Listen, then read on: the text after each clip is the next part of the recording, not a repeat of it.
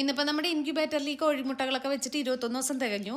ആദ്യത്തെ 10 പേര് ഇപ്പോൾ പുറത്തോട്ട് എത്തിയിട്ടുണ്ട്. ഇന്നലെ രാത്രിയിൽ തന്നെ ഒരു കീക്കി വെച്ചൊക്കെ കേൾക്കുന്ന കാരണം നമ്മളൊന്ന് തുറന്നു നോക്കിയതാണ്. അപ്പോഴേക്കും ആദ്യത്തെ 2 പേര് പുറത്തോട്ട് എത്തിയിട്ടുണ്ടായിരുന്നു. പിന്നെ ഓൾമോസ്റ്റ് എല്ലാ മുട്ടകളിലും ഇങ്ങനെ ആദ്യം ആ ഒരു ചുണ്ടിൻ്റെ ഭാഗമാണ് പുറത്തോട്ട് വരിക. പിന്നെ കൊത്തുന്ന ഒച്ചയൊക്കെ കേൾക്കാം. ഓൾമോസ്റ്റ് എല്ലാത്തിലും ഇങ്ങനെ പൊട്ടലും ഉണ്ട്, കൊത്തുന്ന ഒച്ചയൊക്കെ കേൾക്കുന്നുമുണ്ട്. അപ്പം വിരിയുന്നതിൻ്റെ മുട്ടത്തോടുകളൊക്കെ അപ്പം തന്നെ നമ്മൾ മാറ്റി കൊടുക്കാറാണ്. പിന്നെ ആദ്യത്തെ 2 പേരിൽ 2 പേരും ഈ ബ്രഹ്മയുടെ കുട്ടികളാണെന്ന് തോന്നുന്നു. കാലുമേ ഇങ്ങനെ പൂടയൊക്കെ ഉണ്ട്. പിന്നെ രാവിലെ നോക്കുമ്പോഴത്തേക്ക് 9 പേര് ഫുള്ളായിട്ട് പുറത്തു വന്നു. ഒരു മുട്ട ഇങ്ങനെ ഹാഫായിട്ട് നിൽക്കുന്നുണ്ട്.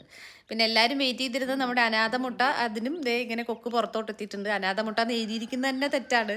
അത് കുറേ പേര് ആനമുട്ട എന്നൊക്കെ വായിച്ചിട്ടുണ്ടായിരുന്നു. പിന്നെ മലയാളത്തിന് 99% മേടിച്ച ആളാണ് എഴുതിയത്. ആളുടെ മാനം കപ്പലേറ്റണ്ടെന്ന് വിചാരിച്ച് ഞാനധികം സൂം ചെയ്ത് കാണിക്കാത്തതാണ്.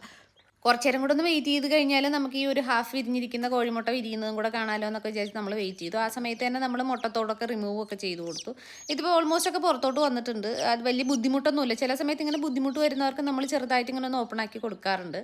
പിന്നെ കുറച്ച് നേരം ഇങ്ങനെ ഒന്ന് പെടഞ്ഞ് കിടന്നാലും കുറച്ച് കഴിയുമ്പോഴേക്കും പൂടെയൊക്കെ വന്ന ആൾ നല്ല സെറ്റാവും. ഞാൻ ഒരു 10 മിനിറ്റ് കഴിഞ്ഞിട്ട് രണ്ടാമത് പോയി നോക്കിയപ്പോഴത്തേക്ക് എനിക്ക് തിരിച്ചറിയാൻ പറ്റുന്നില്ല. ആദ്യം പുറത്തോട്ടെത്തിയ ആൾക്കാരൊക്കെ ഇവിടെ തല്ലും ബഹളമൊക്കെ തുടങ്ങിയിട്ടുണ്ട്.